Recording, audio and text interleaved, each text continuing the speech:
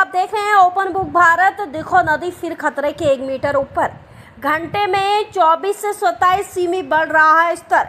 शिवसागर जिले के नाजिरा समेत पूरे इलाके में फिर जल प्रलय का खतरा। 19 जुलाई की शाम से पहली बार देखो नदी में आई बाढ़ के बाद कल जल स्तर थोड़ा कम हुआ था, लेकिन आज रात करीब 2 बजे से फिर तेजी से बढ़ना शुरू हो गया।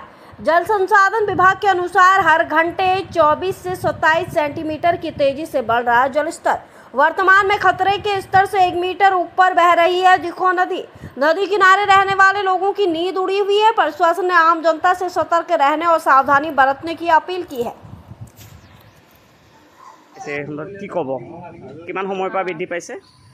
মাছপিছ ৰাতি 2টামান বজাৰ পৰা বৃদ্ধি পাইছে। প্ৰথমতে প্ৰায় ঘণ্টাত আপোনাৰ 27 চেণ্টিমিটাৰকৈ বাঢ়িছিলে। এতিয়া মানে আপ এণ্ড ডাউন হৈ আছে, মাজে মাজে 24 চেণ্টিমিটাৰ, মাজে মাজে 22 চেণ্টিমিটাৰ ওপৰলৈও আহিছে। এনেকুৱা হৈ আছে মানে।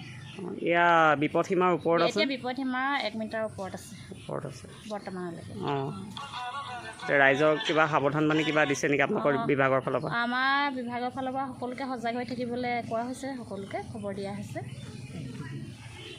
কি কাৰণে